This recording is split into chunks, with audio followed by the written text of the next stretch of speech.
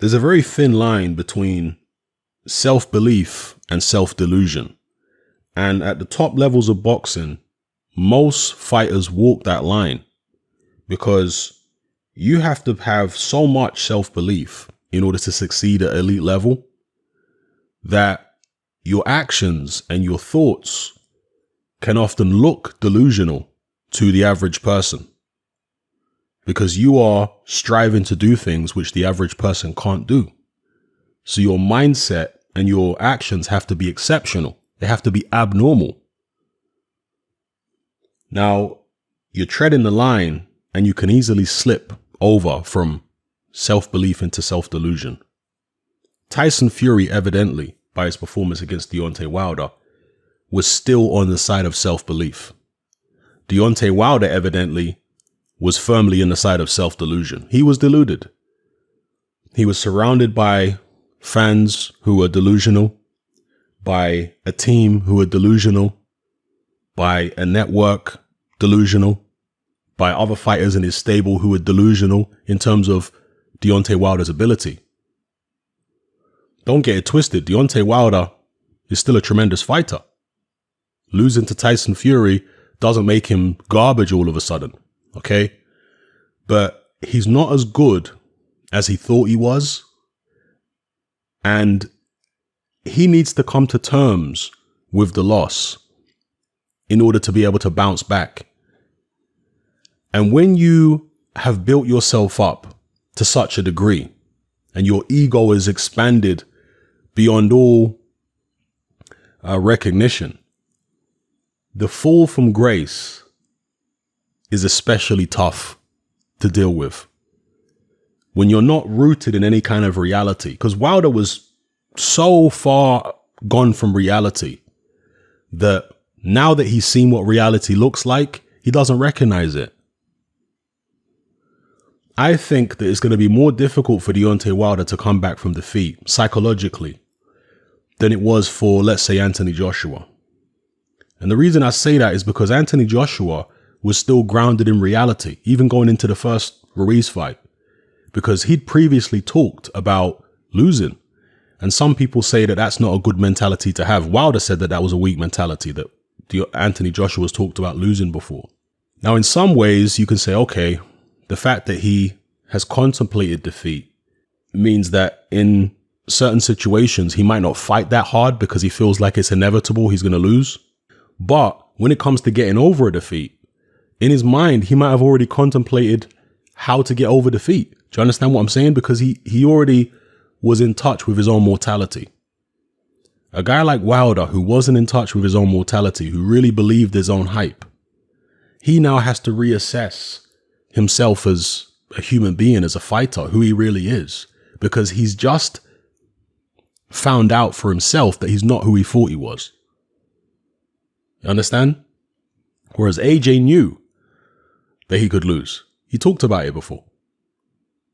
So the difference between who he thought he was and who he actually is isn't that big for someone like AJ to bounce back.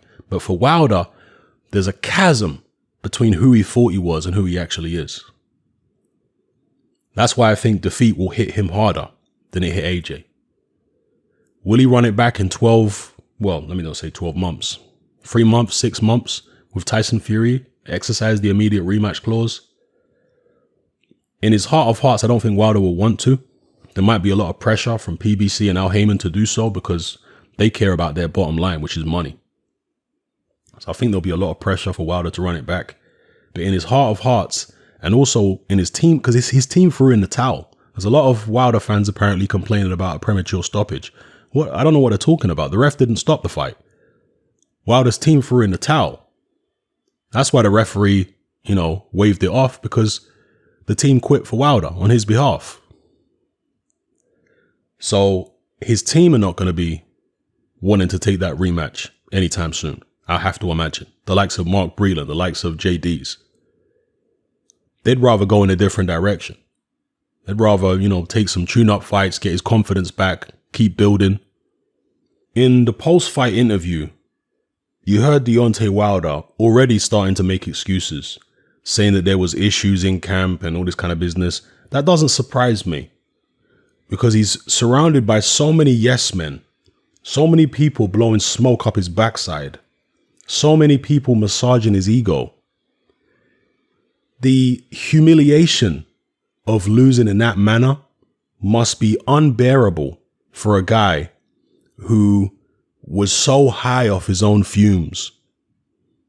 If he'd been a little more realistic, a little more respectful of his competitors in the division, a little more grounded in reality about who he is and his own mortality, then, as I say, dealing with defeat might not be quite so difficult.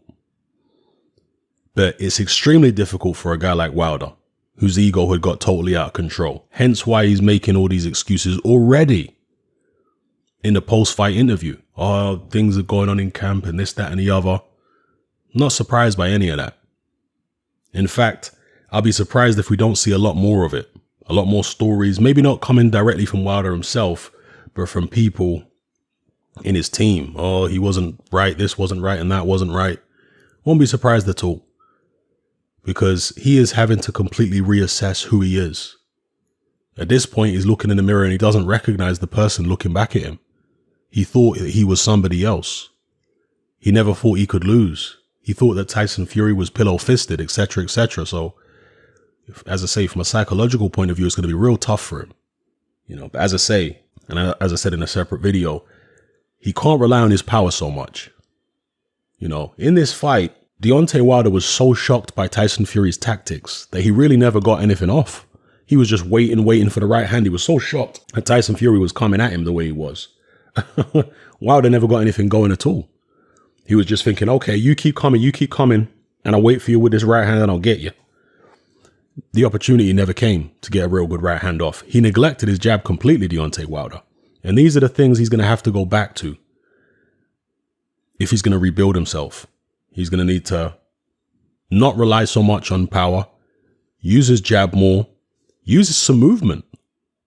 Because Wilder likes to stand there waiting for you with his feet planted.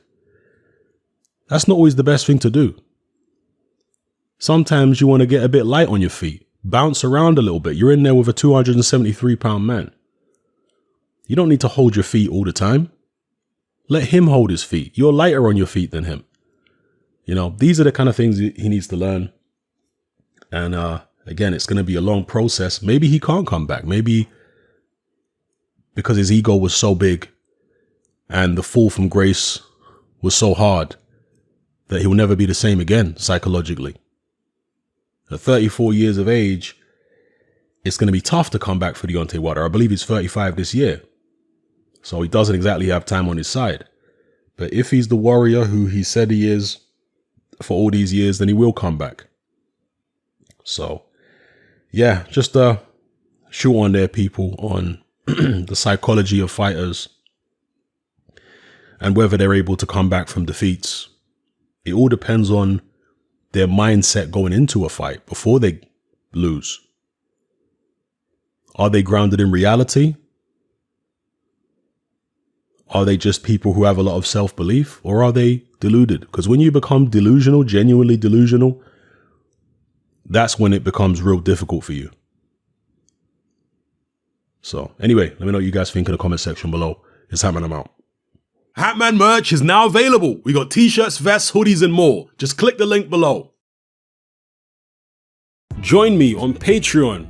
I upload a minimum of 2 podcasts every single week, covering a wide variety of controversial topics, as well as live stream Q&A sessions. Take a look on screen right now at some of the podcasts I've produced so far. For just $3 a month, the equivalent of about £2 a month, you get access to all my new podcasts and my entire back catalogue of past podcasts, including my popular Confessions of a Nightclub Bouncer series. You can listen on your computer or on your smartphone or tablet by downloading the Patreon app from the Google Play Store or the App Store for free. The Patreon app also allows you to download each podcast in MP3. For less than the price of a cup of coffee, you get access to dozens of hours of exclusive content.